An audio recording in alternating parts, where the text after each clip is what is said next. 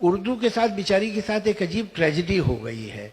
जब तक कि वो आपकी समझ में आती है आप उसे हिंदी समझते हैं, जब समझ में आना बंद होती है तब कहते हैं ये उर्दू। तो दरअसल जो इस वक्त मैं बात कर रहा हूं, जो हम लोग आपस में बात करते हैं वही उर्दू है, असली उर्दू तो वही है। एक किसी ने कहा, एक लखनऊ के बड़े मशहूर शायर थे आरजू लखनवी, उनसे किसी ने कहा देखिए उर्दू क्या है, उर्दू बिना पर्शियन वर्ड्स के तो या अरबिक वर्ड्स के थोड़ी कोई जबान है। तो उसने कहा आपका ख्याल है किसी भी जबान में किसी भी लैंग्वेज के शब्द इस्तेमाल किए जा सकते हैं, लफ्ज इस्तेमाल किए जा सकते हैं, लेकिन उर्दू कोई डिपेंडेंट नहीं है उस पर, वो उसके भरोसे नहीं जी रही किसी जबान के।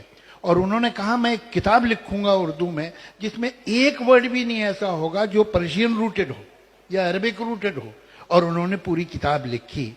वही सच्ची उर्दू है। अब हमारी जबान देखिए, पिछले दिनों मैं गया था जयपुर में, फेस्टिवल था, वहां भी कुछ इस तरह की उर्दू के बारे में बातें हो रही थी, तो मैंने उनको एक 4-5 जुमले बोले, मैं आपसे भी बोलता हूं। एक मकान में एक गोरा चिट्टा आदमी, एक नन्हा मुन्ना सा बच्चा बैठे थे। बावर्ची ने नाश्ता लाके दिया। नाश्ते में उड़द की दाल और टोस्ट थे। नाश्ता करने के बाद उसने चीख हटाई, एक संदूक खोला, उसमें से एक पिस्तौल निकाला, दीवार पे टंगी बंदूक उतारी और घर से बाहर निकल गया। रास्ते में तेज हवा थी। ये कोई कंफ्यूजन तो नहीं, सबकी समझ में आया। अब सुनिए, मकान अरबिक, गोरा चिट्टा में चिट्टा पंजाबी, नन्हा मुन्ना में नन्हा गुजराती, बच्चा पर्शियन। बच्चा पर्शियन वर्ड है।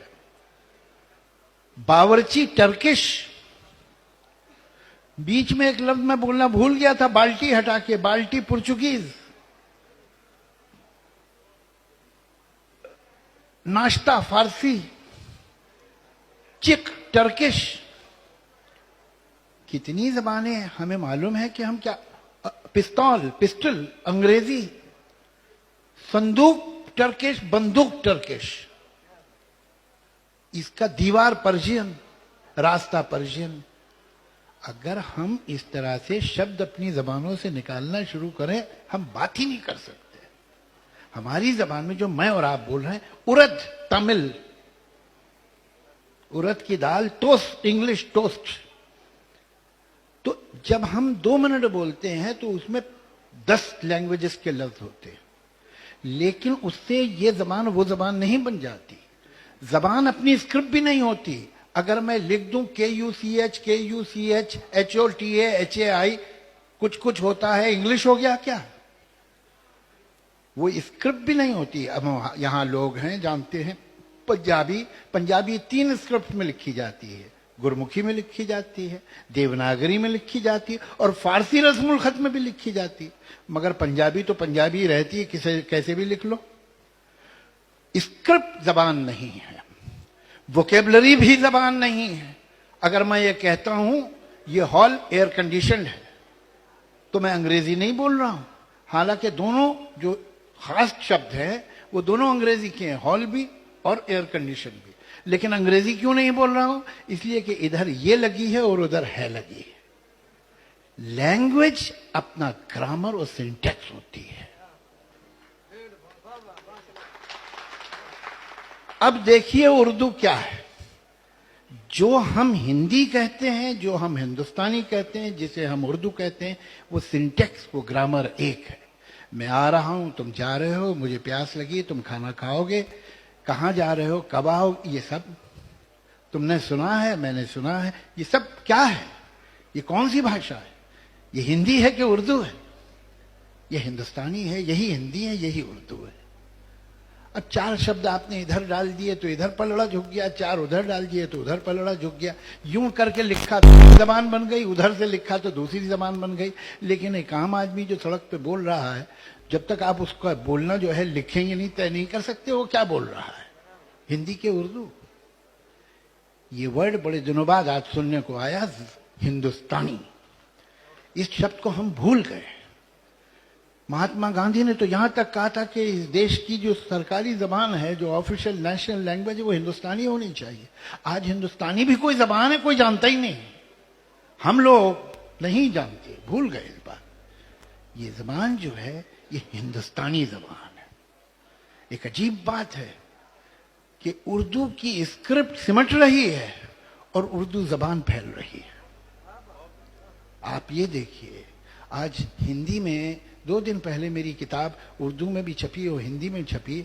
मैं पिछले 2 दिन में यहां पर 300-400 किताबें हिंदी में साइन कर चुका हूं, जो उर्दू की पोइट्री देवनागरी में छपी है। उर्दू से मोहब्बत और उर्दू से दिलचस्पी लोगों की कम नहीं हुई है, इसलिए कि ये आम इंसान की जबान है और जबानें वही जिंदा रहती हैं जो आम इंसान की हो। सरकारें जबानें नहीं चला सकती, वरना अगर चला सकती होती तो या पूरा हिंदुस्तान या तो अंग्रेजी बोल रहा होता या फारसी बोल रहा होता। बहुत साल तक अदालतों की जबान फारसी रही है हिंदुस्तान में, और बहुत साल तक हुक्मरानों की जबान अंग्रेजी रही है। लेकिन जबान ये इसलिए चल रही है आज, और इतने बरसों के सरकारी सौतेली बर्ताव के बावजूद, इसलिए कि ये आम हिंदुस्तानी की जबान है।